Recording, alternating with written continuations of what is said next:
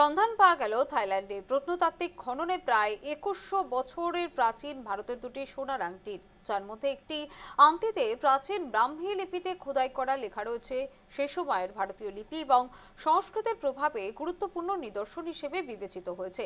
প্রত্নতাত্ত্বিকদের মতে আংটি দুটি প্রমাণ করে যে খ্রিস্টপূর্ব প্রথম শতাব্দী থেকে খ্রিস্টীয় প্রথম শতাব্দীর মধ্যে ভারত ও দক্ষিণ পূর্ব এশিয়ার মধ্যে সমুদ্রপথে বাণিজ্যিক যোগাযোগ অত্যন্ত সক্রিয় ছিল।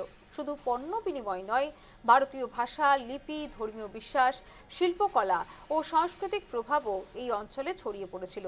বিশেষজ্ঞদের দাবি, এই আবিষ্কার প্রাচীন ভারতের আন্তর্জাতিক বাণিজ্য নেটওয়ার্ক এবং দক্ষিণ পূর্ব এশিয়ার সঙ্গে দীর্ঘদিনের ঐতিহাসিক এবং সভ্যতাগত সম্পর্কের নতুন প্রমাণ তুলে ধরেছে।